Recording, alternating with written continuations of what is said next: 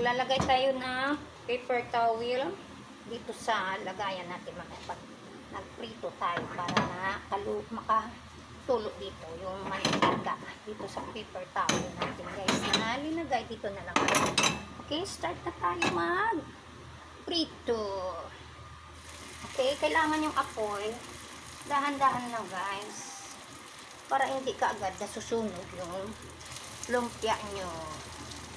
Ayan po guys. Wow, sarap imerienda to guys.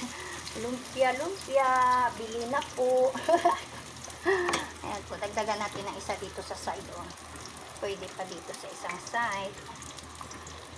Sorry, teka ha. Yun. Wow, ang sarap nito guys.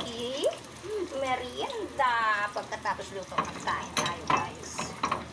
Merienda na to yung ano ko. Yan. Ayos lang natin. Ayan guys, nakikita niyo pa. Yan po guys, oh. Hindi marami yung mantika ko guys. Yun yung isang technique ko po ginagawa. Pag nagprito ako ng lumpia, hindi po marami ang mantika. Kasi pag yan linagay nyo yung maraming mantika, lahat po na mantika papasok sa loob ng lumpia nyo. Kaya masyadong mamantika. Okay? Yan. Kanya-kanya po tayong technique sa luluto sa pagprito. Okay? Yan po yung technique ko. Kunting lumpia lang po. Kunting mantika lang po. Maluluto din siya. Okay? Pag maraming mantika, maluluto din siya. Pero napunta na lahat sa loob ng lumpia nyo yung mantika. Okay? Kaya napakamantika. Pero pag konti lang, hindi na siya absorb na todo sa loob ng lumpia. Yan lang siya sa labas na prito.